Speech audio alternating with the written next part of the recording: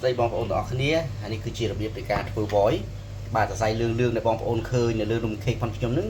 គឺជាសរសៃ voice ហើយសរសៃ voice នេះគឺយើងធ្វើអំពីពងមាន់ណាបងពងទាបងប្អូនណាគឺយើងយកតែពងក្រហមទេបាទនេះគឺយើងចម្រាញ់យកពងក្រហមគោវាឲ្យម៉ត់ហ្នឹងទៅយើងយកមក voice នៅលើទឹកស្ករហើយទឹកស្ករនេះទៀតដែរបើសិនជាបងប្អូនលាអត់ត្រូវទេបាទ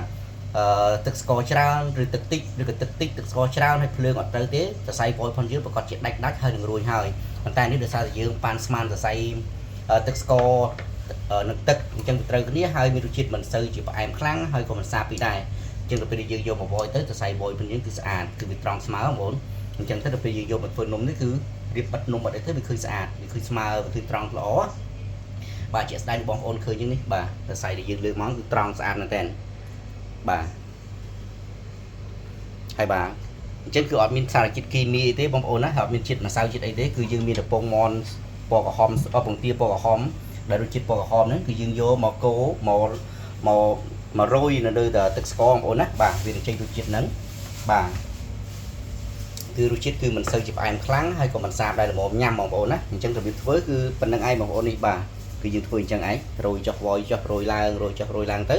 ក៏ចេញជាសរសៃវ៉យនឹងឯងបាទបើសិនបងប្អូនចង់ញ៉ាំអីកុំភ្លេចបាទកំងតាមរយៈ page គិតខ្មែរបងប្អូនណានឹងទទួលបាននំដែលមានរសជាតិឆ្ងាញ់ហើយគ្មានសារជាតិគីមីទេគឺធ្វើពីស្ករខ្មែរបាទហើយនឹងរបស់ខ្មែរយើងសុទ្ធតែម្ដងបងប្អូនណាបាទសូមអរគុណបងប្អូនអរគ្នាបាយបាយ